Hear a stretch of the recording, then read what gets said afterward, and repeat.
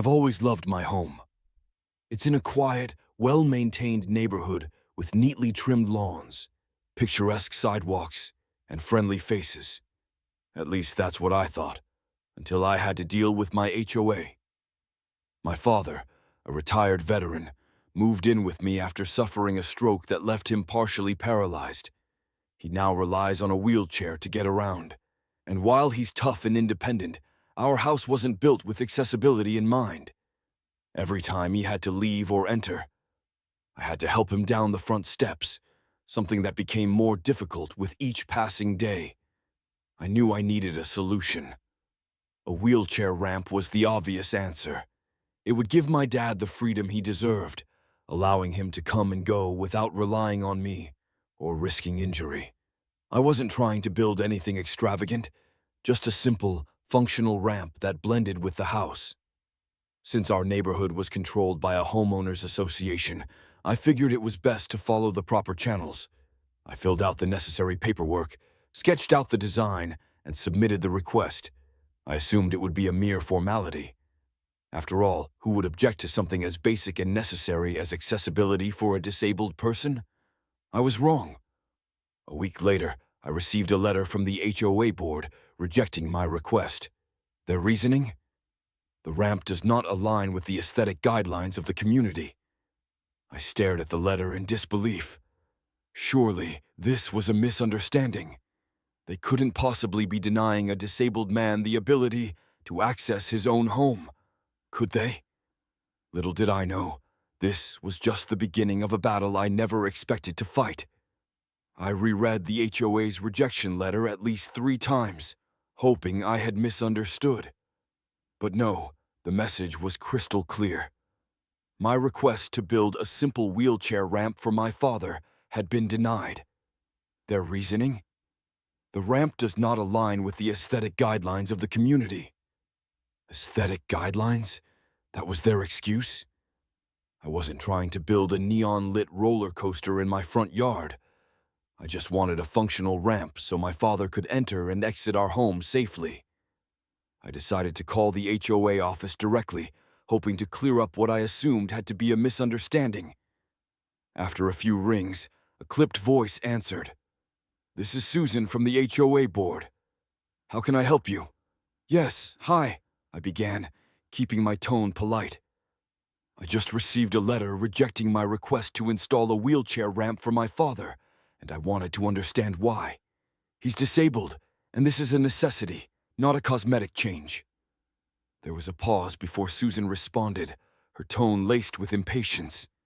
"I understand, but the board has strict guidelines regarding modifications to home exteriors. A ramp would disrupt the uniform appearance of the neighborhood." I felt my blood pressure rise. Disrupt the appearance? It's not like I'm adding a second floor to my house. It's a safety necessity. My father can't even enter his own home without help. "I'm sorry, but the board has already made its decision," she said flatly. I clenched my jaw, trying to keep my frustration in check. "Is there an appeal process?" Susan sighed. "You can submit an appeal at the next HOA meeting, but I wouldn't get my hopes up. The board is very particular about maintaining the community's visual standards." I thanked her, though it took all my effort to keep my voice civil, and hung up. Word of my request and its rejection spread quickly. Some of my neighbors were just as outraged as I was. "This is ridiculous," said Mrs. Carter, the elderly woman who lived across the street. "They're denying a disabled man the right to move freely in his own home. That's just heartless." Another neighbor, Jason, a father of 2 young kids, agreed. "I mean, I get that the HOA wants things to look uniform, but this is about accessibility. That should be a priority." Unfortunately, not everyone saw it that way. "I don't know," said Greg, a middle-aged man who prided himself on his pristine lawn and HOA compliance. "Rules are rules. If they start making exceptions for one thing, pretty soon everyone will be doing whatever they want. Next thing you know, we'll have people putting up chain-link fences and painting their houses neon green." I shot him a look. You seriously think a wheelchair ramp is the same as an ugly paint job? Greg shrugged. It's about maintaining order. If they approved your ramp, someone else might use that as an excuse to build something even worse. His wife, Linda, nodded in agreement. Maybe you could just carry your father in and out instead. That way, you don't have to change anything. I was so stunned by her ignorance that I couldn't even respond right away. Carry my father in and out? As if he were a piece of luggage? The more I talked to people, the more I realized how deeply divided my community was. Some were appalled by the HOA's stance, while others were completely indifferent, or even supportive of the rejection. That night, I sat with my father at the dinner table, trying to figure out my next move. I don't want you going through all this trouble for me, he said quietly, pushing his food around his plate. I can manage. It's not ideal, but we'll make do. I shook my head. No, Dad, this isn't just about you. This is about what's right. If they can deny you this, what's stopping them from doing the same to someone else in the future? What about the next person who needs accessibility accommodations? He sighed but didn't argue. I took a deep breath, determination settling in. The HOA might have thought they could brush me off, but they had no idea who they were dealing with. If they wouldn't listen to reason, I'd find a way to make them listen. This fight was just getting started. I wasn't going to accept the HOA's rejection without a fight. As soon as I found out there was an appeal process, I marked the date of the next HOA meeting on my calendar and started preparing my case. I gathered everything I needed: documents from my father's doctor confirming his disability, information on the Americans with Disabilities Act, ADA, and examples of wheelchair ramps in other neighborhoods that blended seamlessly with home designs. I thought that if I presented my case rationally, they would see reason. But I had severely underestimated just how stubborn and heartless my HOA could be. The night of the meeting, I walked into the community clubhouse with a folder full of documents and a growing sense of determination. Several of my supportive neighbors came along for moral support, including Mrs. Carter and Jason. My father wanted to come too, but after a long, exhausting day of struggling with the stairs, he was too tired to make the trip. The HOA board sat at a long table at the front of the room, looking down at us like we were nuisances they had to deal with before moving on to more important matters. Susan, the HOA representative I had spoken to on the phone, was sitting in the middle, flanked by other board members, most of whom were older residents with perfectly ironed clothes and disapproving expressions. I stepped forward and calmly laid out my case. I explained my father's disability, the necessity of the ramp, and how it wouldn't negatively impact property values. I even pointed out that the Fair Housing Act and ADA laws required reasonable accommodations for disabled individuals. When I finished, I expected some discussion, maybe even a compromise. Instead, Susan sighed and flipped through my documents as if they were a minor inconvenience. "We understand your concerns," she said, in a tone that made it clear she didn't care at all. "However, we stand by our decision. The ramp would alter the uniform appearance of our community, and we cannot allow individual homeowners to disrupt the aesthetic balance we've worked so hard to maintain." I gritted my teeth. It's a ramp, not a billboard. This is about accessibility, not aesthetics. Another board member, a gray-haired man named Tom, cleared his throat. "If we make an exception for you, we'll have to make exceptions for everyone.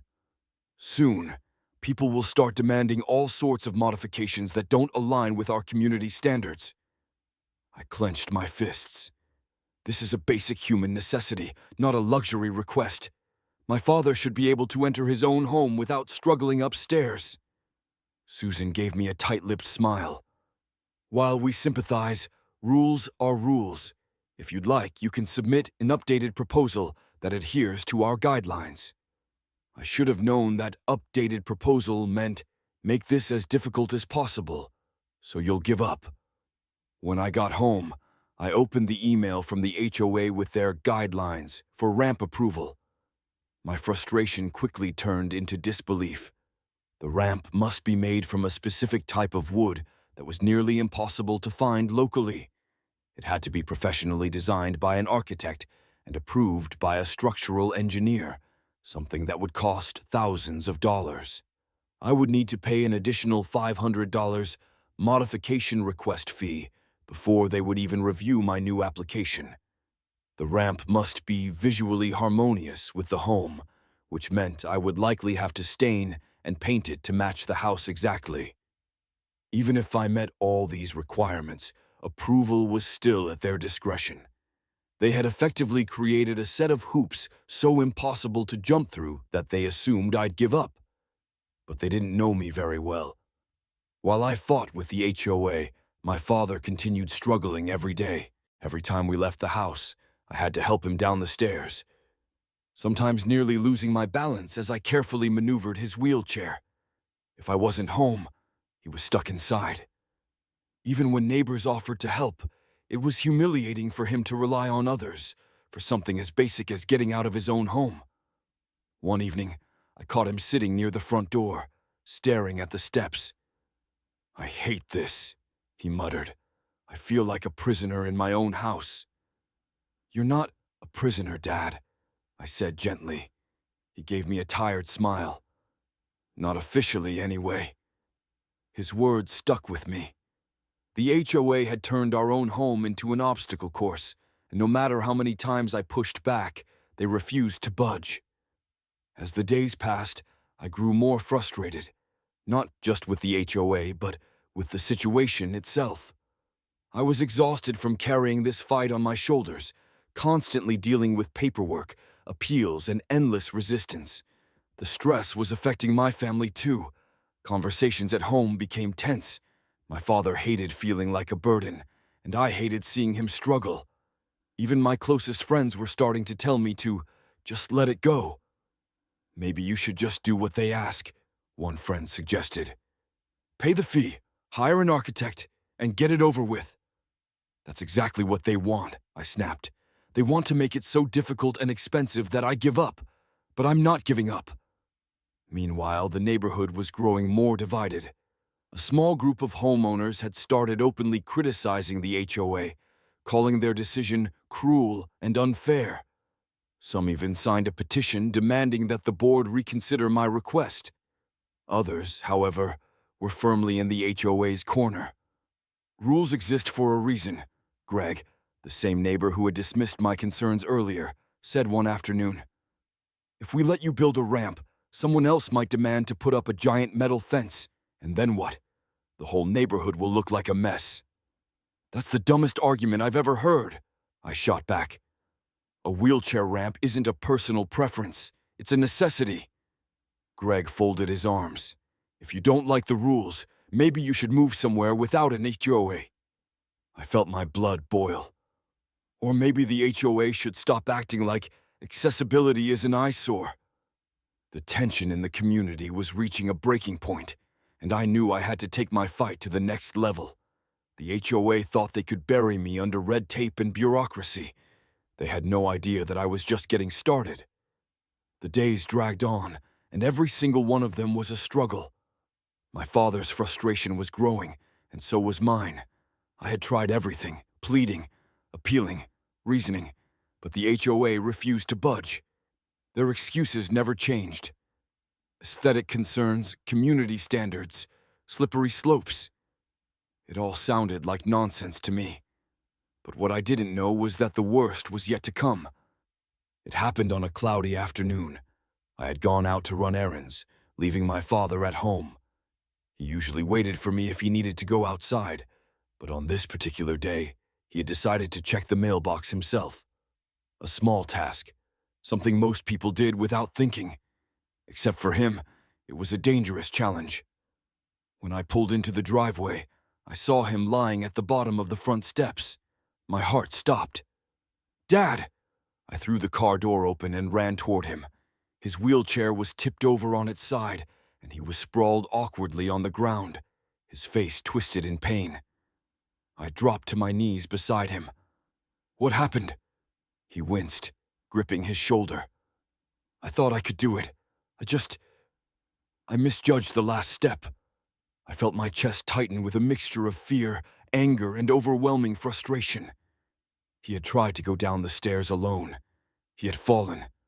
And all of this, every bit of this, could have been prevented if the HOA had just allowed me to build the damn ramp. My hands shook as I helped him sit up. Luckily, nothing seemed to be broken, but he was in pain, and the sheer helplessness in his eyes nearly shattered me. I guided him back into his chair, then into the house, my mind racing the entire time. This was it. I wasn't just angry anymore. I was done playing nice. That same evening, I drafted one final plea to the HOA. I wrote an email to the entire board, detailing what had happened.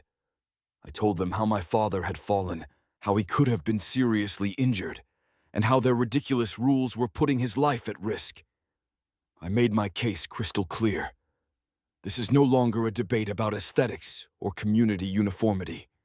This is a question of basic human decency. My father is a disabled veteran who deserves to move freely and safely in his own home. I am asking, no, begging, you to reconsider.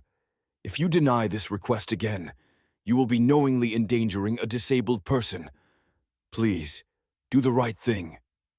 I hit send, my hands still trembling with fury. Hours passed. No response. The next morning, I checked my email. There it was, a response from Susan, the HOA board member who had been my main point of contact throughout this nightmare. I opened it, barely breathing. Subject: Urgent appeal for wheelchair ramp approval. Dear narrator, we are sorry to hear about your father's accident. However, the board has reviewed your request again and stands by its previous decision. While we sympathize with your situation, we must prioritize maintaining the integrity of our community's visual standards. Additionally, we have received reports that you may be considering building an unapproved structure on your property. Please be advised that any unauthorized modifications, including ramps, will result in immediate fines and potential legal action. Thank you for your understanding. Best Susan, last name, HOA Board Representative. I stared at the screen, my body going cold. They knew my father had fallen. They knew he was at risk, and they still didn't care. Worse, they had the audacity to threaten me with fines and legal action. I had never felt rage like that in my life. I took a deep breath, my entire body shaking with anger, and realized something important. This wasn't a battle I could win by playing their game anymore. It was time to escalate. It was time to get the city involved. I spent the rest of the day researching. If the HOA thought they could bully me into submission, they were about to learn otherwise. I started by looking into federal and state laws regarding disability rights. Within minutes, I found exactly what I needed. The Americans with Disabilities Act, ADA, and the Fair Housing Act, FHA, both require that housing providers, including HOAs, make reasonable accommodations for people with disabilities. Denying a wheelchair ramp, that was a direct violation of the law. I also discovered that my city had a local ordinance protecting disabled residents from housing discrimination. The HOA wasn't just being cruel, they were breaking the law. I picked up the phone and called the city's Housing and Disability Rights Office. "Hi," I said, my voice steady. "I need to report an HOA for violating disability accommodation laws." The woman on the other end listened as I explained everything. The denied requests, the ridiculous demands, my father's fall, and the HOA's threats. There was a long pause before she finally spoke. "This is serious," she said. "Can you send us all the emails, letters, and documentation you have?" "Absolutely." "Good," she said, "because based on what you've told me, your HOA is in big trouble." After I sent everything over, things started moving fast. A week later, I got a call from a city official. "We're launching an official investigation into your HOA," he told me. Their refusal to allow a wheelchair ramp is a clear violation of federal and local laws. They could face serious penalties if they don't comply. That same day, I got another email, this time not from Susan, but from the HOA's attorney. Subject: Urgent HOA Compliance Review. Dear narrator, we have received notice from the city regarding your request for a wheelchair ramp. The HOA board is currently reviewing the situation and will provide an update shortly. Best, John. Last name, legal counsel for HOA name. I smirked. Now they were scared. And they should be. I wasn't just some homeowner they could brush off anymore. Now they had the city breathing down their necks. And I wasn't stopping until my father got the ramp he deserved. This fight wasn't over. But for the first time since it started, I knew exactly how it was going to end. I had spent weeks feeling powerless against the HOA. No matter how many logical arguments I presented, they ignored me.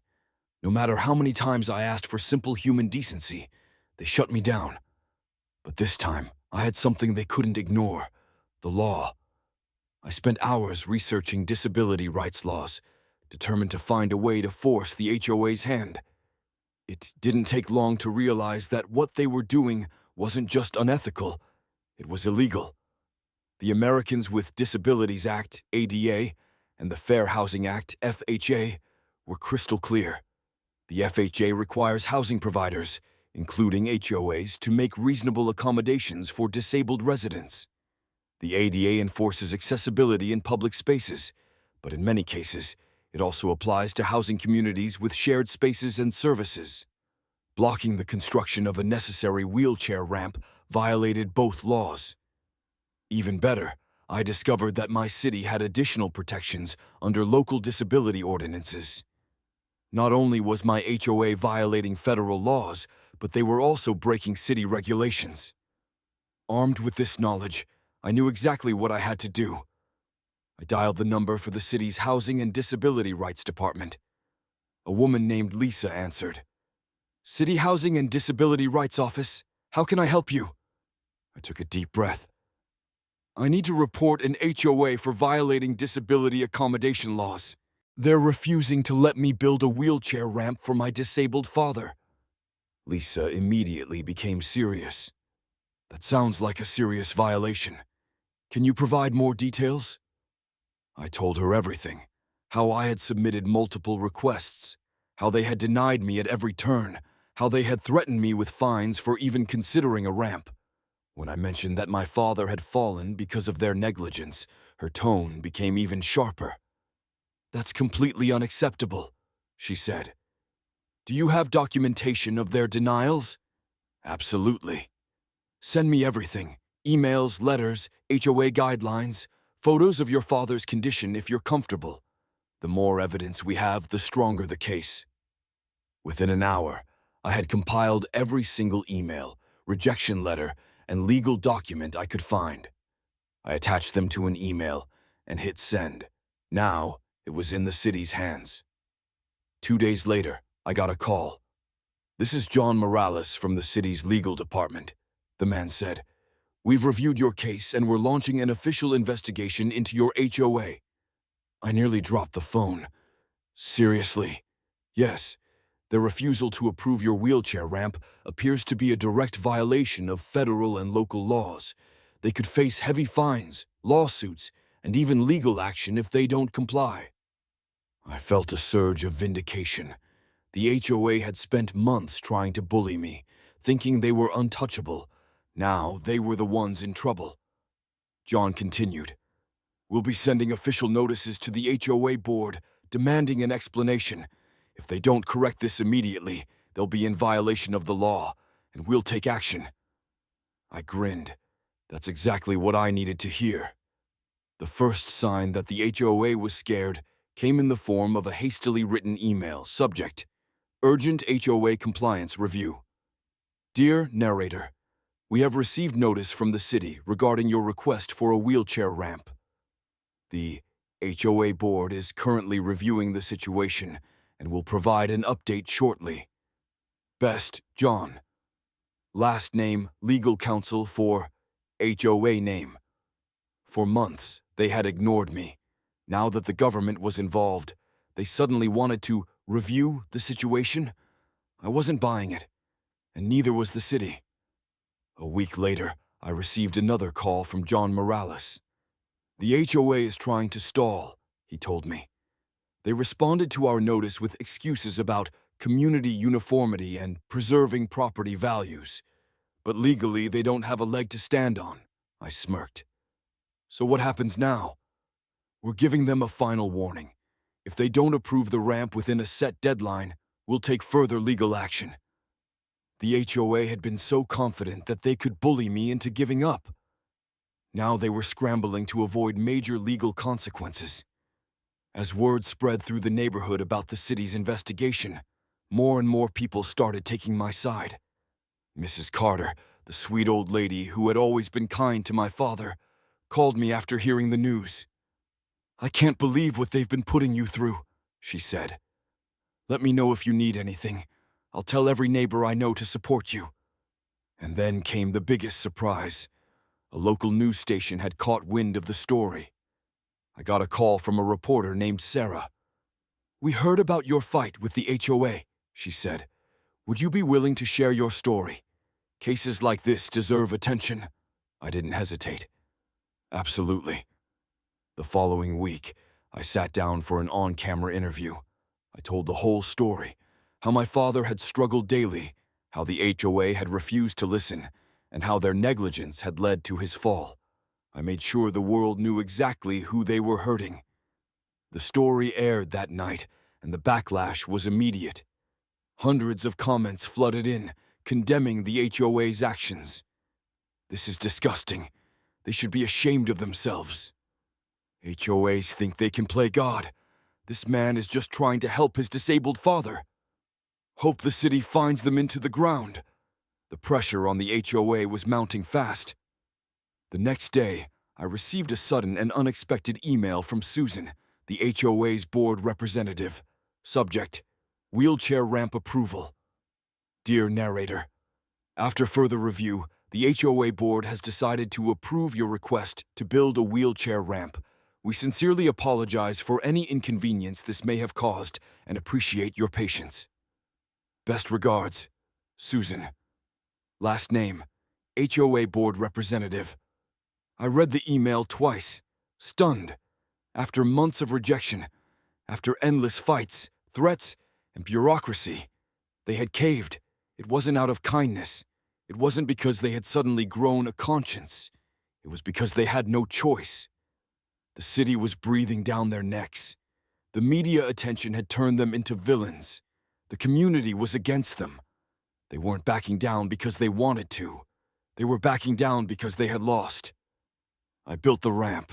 It took time, effort, and money, but it was worth every second.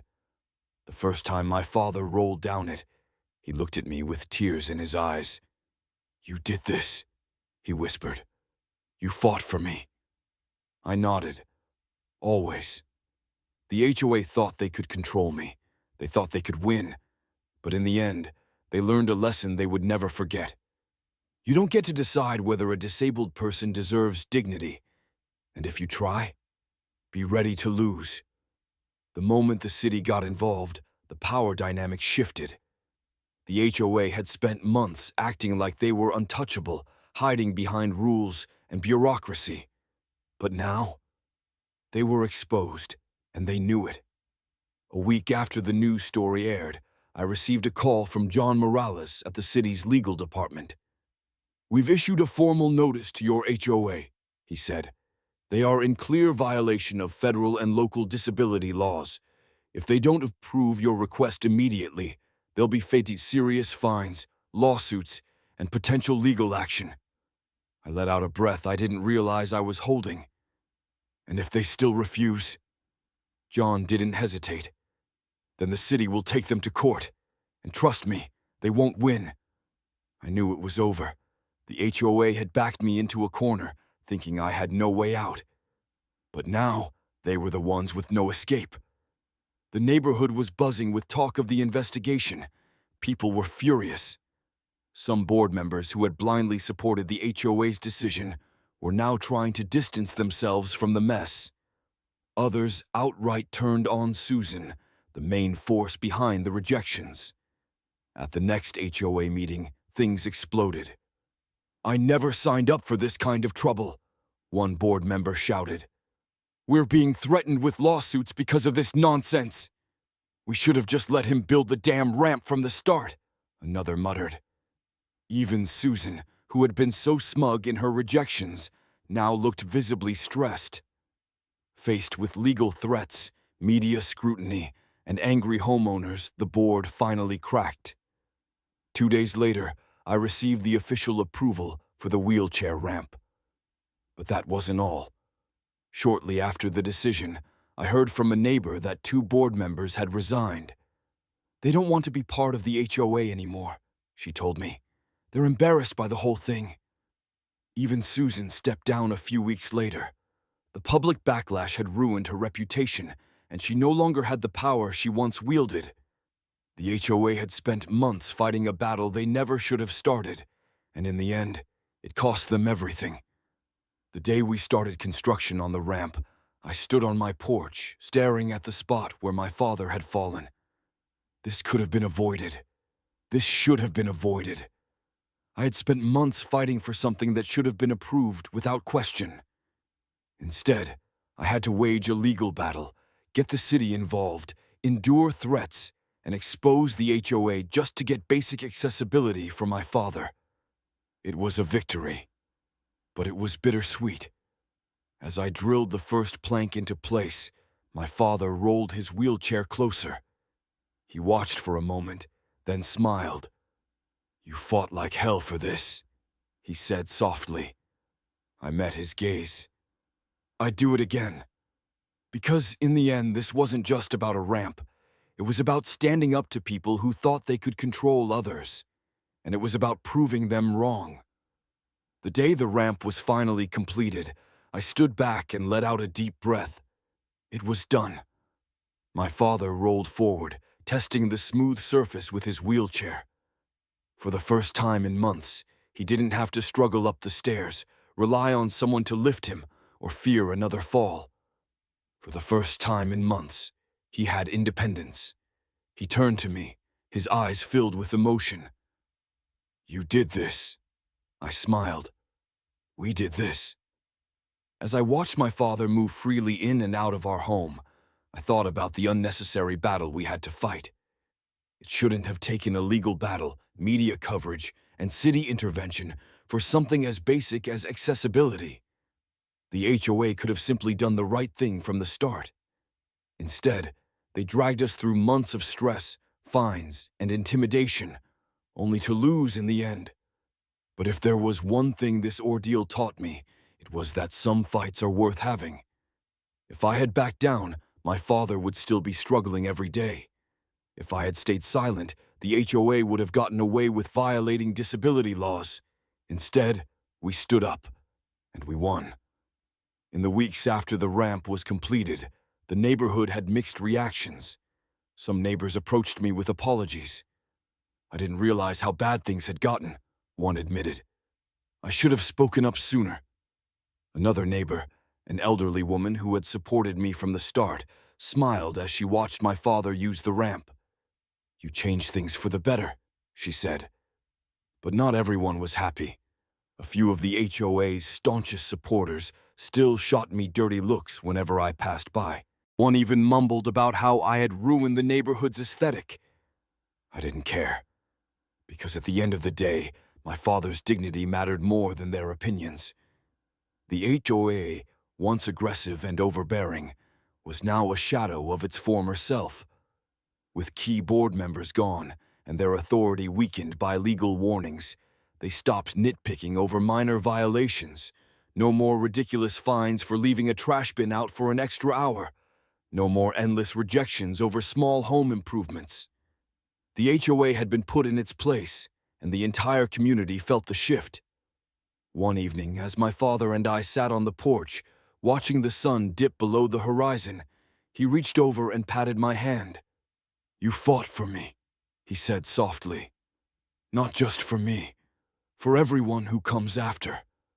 I nodded, feeling a deep sense of pride, because no matter how difficult the fight had been, no matter how many obstacles were thrown in our way, we stood up, we fought back, and in the end, justice won.